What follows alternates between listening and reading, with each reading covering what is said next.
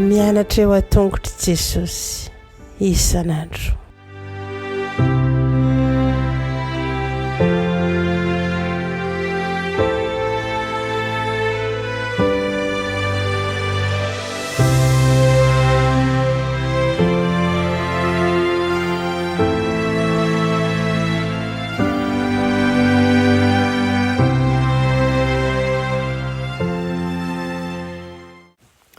Alomerabantsika tsirairay avy indray tonga eto amin'ny lesona ho an'ny lehibe sika amin'ity anio ity ary mirarina soa indrindra ho anao aty am-piandohana nao izay manaraka tsy tapaka ny fandarana izay rahantsika eto. Lo inderintsika amin'ny lesona anio dia hivavaka isika. Rainay tsara indrindran-danitra mbola velom-pisaoranao izay ny amin'ny fitahiana sy ny fitantananao anay. Saotra tompo izay miany mandrakariva ary koa manome tsara indrindra. Voninkainao anao indray izahay raha eo. Meteza ianao amoky zavatsoa anay. Anaran'i Jesosy, amen. Lohateny lesona antsika androany dia manao hoe novonoina ireo vavolombelona roa. Kasika ny toy ny lesona antsika omaly dia ny vavolombelona roa sy ireo ara-tantarana ny anjehana ny fiangonana voalohany sy ny tanan'ny fahamarinana. Nirodana manko ny fanjakana Rômanina Jentilisa tamin'ny taona 1830 tao aorianan'i Kristy.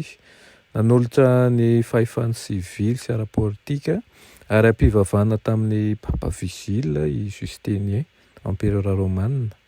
Nanomboka ny fepitaona lava nanjakan'ny fiangonan'ny vanim-potoana tenatena nitoetra amin'ny taona 1798 izany. Niditra tsy nisy fanankanana tao Roma teo ambany fiadidian'i Napoléon ny général frantsay Berthier ny 10 febroary 1798. Nibaboiny ny Papa Pie X ka nentiny tany Frantsa toerana izay nahafatesany. Io daty io no nanamarika ny fiafaran'ny fahefan'ny Eglizy Romanina mandritra ny taonjato maro. Ireo enimpolo sy roanjato sy arivo andro nataona voatondro amin'ny Daniela sy ny Apokalipsy izay nijerentsika omaly. Fisehoan'ny fahamarinan'ny faminahina ara-baiboly mezinezina no hitantsika ao anatin'izany. I Daniela izay nanoratra efa ho 500 taona talohan'i Kristy dia naminany marina ireo toe-javatra izay hitranga mandritra n'ilay 300 sy 200 taona aty aoriana. Ny izany dia azontsika atao ny mitoky amin'ireo faminaniana nomena ao amin'ny baiboly. Nandritra n'izany fotoana izany dia voatahiry ho velona noho ny fijoroan'ny teny ho vavolombelona ny fahamarinan'ny filazantsara. Saingy fiaikana lehibe kokoa no nandrahona amin'ny fahamarinana ara-baiboly. Niady tamin'ny soratra masina ilay Baiboly, niakatra avy tao amin'ny lavaka tsy hitanohanoha, nanao fanafiana vaovao tamin'ny fahefan'ny baiboly tamin'ny alalan'ny revolisiona frantsay izay nanomboka tamin'ny taona 1970 izany. Nandritra ny revolisiona frantsay, ny gouvernemanta dia nametraka tamin'ny fomba ofisialy ny fanomezan-kasina ny saina ho fivavahana tsy mino an'Andriamanitra izay tohanan'ny fanjakana hakan'ny toeran'ny fivavahana kristianina.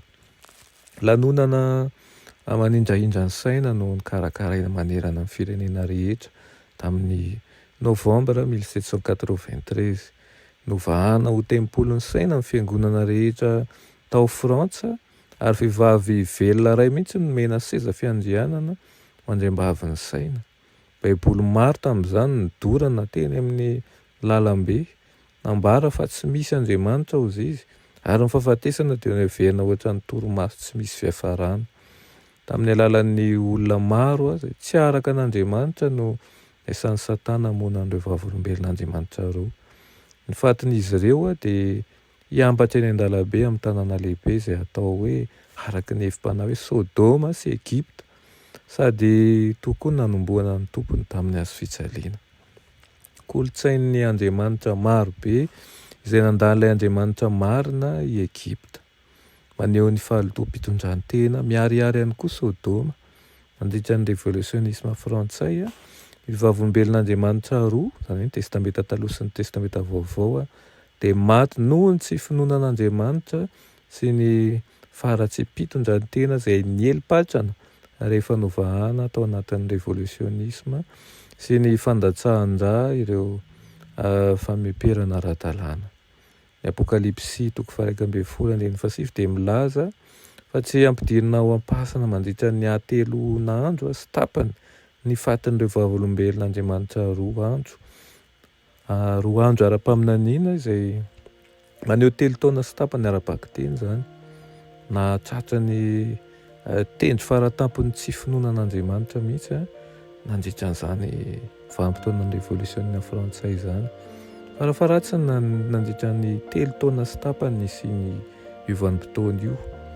Ary raha tiana no fitinina zany lesonantsika androany dia hitantsika tokoa fa tena niasa marina Satana, anao izay ho afiny entiny aneliana na anafoanana mihitsy an'ireo vavolombelona 2.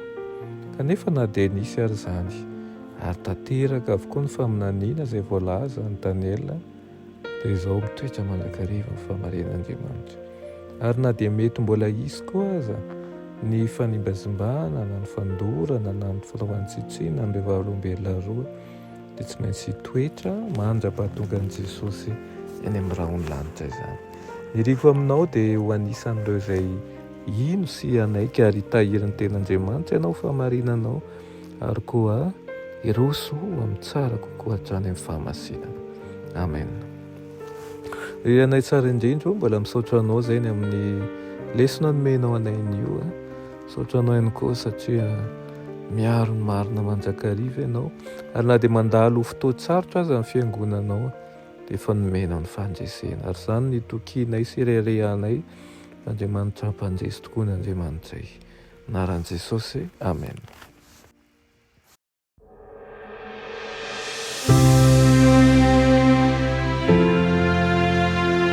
Mianatra eo an-tongotry Jesosy isan'andro.